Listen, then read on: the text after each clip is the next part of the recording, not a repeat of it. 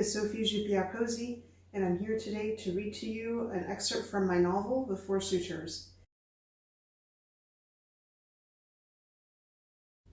So I'm going to read to you the first part of the prologue. They thought they could summon her at the vizier's behest, did they? Her parents dared send servants she'd expertly given the slip to earlier in order to force her back to the castle. She should have known such temerity would come from the king and queen's association with this blasted vizier. Vizier Lazaro. Even the name was stupid. Princess Laetitia, heir to the kingdom of Avaricia, the white dove of the line of Fedea, if you please, rode into the stables, cracking her reins sharply. She barely spared a glance at the constable, who sputtered incoherently at her, or at her friend Princess Morena behind her, huffing as she struggled to dismount. Laetitia threw off her gauntlets and marched through the greenery into the kitchen. The smell of cooking boar with coriander wafted to her, along with the subtler aromatic scent of milkshake. Her mouth watered, and she snatched a piece of milkshake the cooks had set aside. She ignored their squeals of dismay and proceeded on to the great hall. Her parents, King Leonardus and Queen Meloria, sat on their thrones, more than a little annoyed. Vizier Lazaro paced beside them, rubbing his chin, banging his staff irritably on the stone floor. He stopped as soon as he saw Laetitia. Morena's footsteps stopped behind her. Laetitia sensed Morena bowing, but Laetitia herself did not. Laetitia, daughter, we have important matters to discuss with you. Her mother leaned forward, her turquoise-colored tunic draping to the floor over bejeweled slippers, the fur trim dangling ridiculously from the hem of her gown. You have shown much disrespect to our vizier and to us, her father said, deep creases between his bushy brows. Morena, you may now go to your chamber. You can take a horse in the morning, and our servants will escort you back to your palace, the queen said. All right, thank you, your majesty, Morena said, bowing again, and shooting an apologetic look at Laetitia. Morena squeezed Laetitia's hand in passing as she left the hall. Laetitia, the vizier has informed us that your behavior is dreadful. You are constantly disrespecting him and the servants we have assigned to you. You wander away from the palace without informing anybody, at great risk. You are a princess. Act like one. Assume some responsibilities, her mother said. Laetitia smirked. If only that were it. Off the top of her head, she could recite more antics, throwing rotting pears at the vizier's face, smearing toadstools on the saddle of his horse, breaking his staff before important gatherings so he was forced to hobble in public, putting rocks under the soles of his boots, and sprinkling pepper on his wig so he sneezed nonstop. Vizier Lazaro cleared his throat. I have called the king and queen's attention to more than just your despicable behavior. I find it appalling that a child of monarchy has no knowledge whatsoever.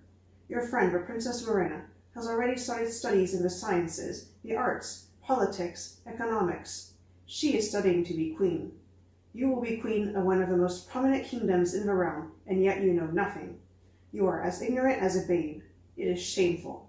You must start lessons promptly to school you into becoming a wise, just queen. After a moment, he grimaced and coughed. My princess. Laetitia opened her mouth to speak, but her father rose, his mantle sumptuous and blood-red over his horrid yellow breeches and lime green waistcoat. Laetitia, you know that we consider you an intelligent child, with the seeds of wisdom and gentleness deep within you. But Vizier Lazaro is right. You have no schooling. You have much to learn about the throne and your kingdom. The queen and I have decided to assign you tutors and mistresses to school you where you lack knowledge. You will have lessons every day. You will be taught how to housekeep, sew, weave, and spin.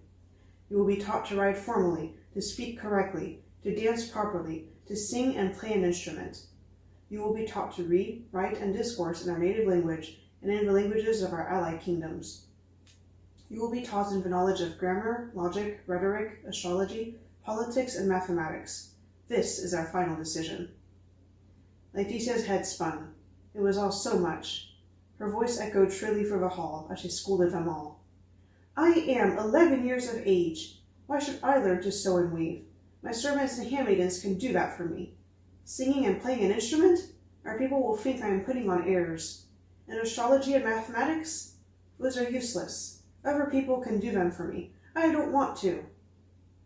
No arguing, princess. Your lessons start tomorrow, the vizier said, pleased with himself. Laetitia narrowed her eyes. I demand that my tutors be the same as Princess Morena's. The king and queen shook their heads.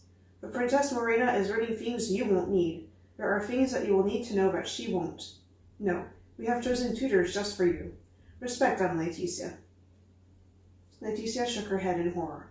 She cast a flaming look at the vizier, who returned it. He smirked. Oh, she'd make them pay. All of them. You were going to regret having even thought of schooling her. Princess!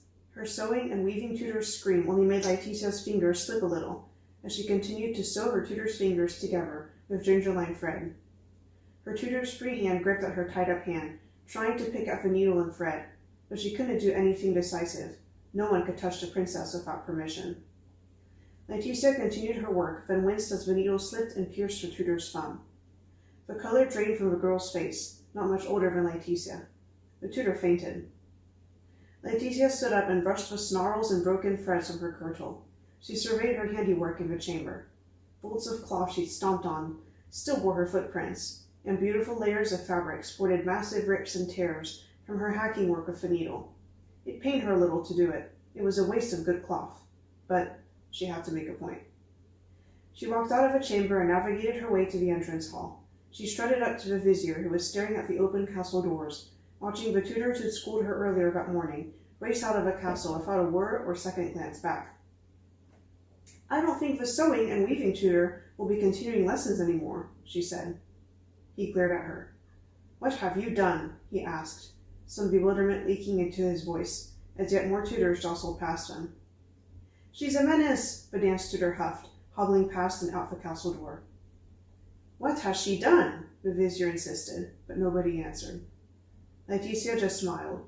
Her smile widened as the vizier grabbed at a servant who was slinking from view. What in the name of Illis has the princess done to these tutors? The servant shot a fearful glance at Laetitia and wet his lips. She frightened the constable's horse so much it couldn't trot or walk anymore.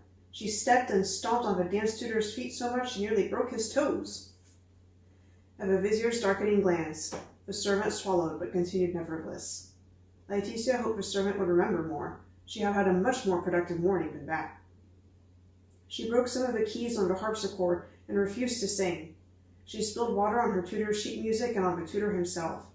She ripped apart the astrology tutor's star charts and sprinkled them out the window. In her mathematics class, she played with the abacus beads and kept saying the same answer over and over. Do you want me to continue? He asked as the vizier let him go. I've heard plenty, Vizier Lazaro said in a low voice, rage shaking his bony little frame. To his credit, the vizier insisted on another set of tutors, but again Laetitia sent them away faster than a hare's startled bolt. She purposely spoke so crassly and brokenly that her language tutor thought she'd never learned the basics of her own language, much less how to read and write. Her logic and rhetoric tutor almost pulled his hair out when Laetitia kept asking dumbly, why this and why that, the topics and questions he'd gone over multiple times. He couldn't figure out how to rephrase them after the 50th, the 70th time. She got along with the politics tutor at first, but then she threw out so many despotic ideas and rules she claimed she would implement as queen, but he grew angry and refused to teach her any more. There were more, and they all left without a word of farewell to even her parents. Angry as they were, they still believed Laetitia could be redeemed. Instead of tutors, they assigned more handmaidens and servants to her, hoping a female touch would soothe her spiny disposition. It was clear where she had to focus her attentions, even as she tormented the new handmaidens and servants. That vizier, that hedgeborn, that scamelar, that bespaller, he needed to vacate her castle, the sooner the better. She didn't like the way he latched onto her parents, and guided and pushed them in every single diplomatic matter in the kingdom. Her parents were intelligent, wise rulers. They didn't need this creep to hover over them for every decision. She had to find some way to free her parents from his presence once and for all. So this was the excerpt of a prologue.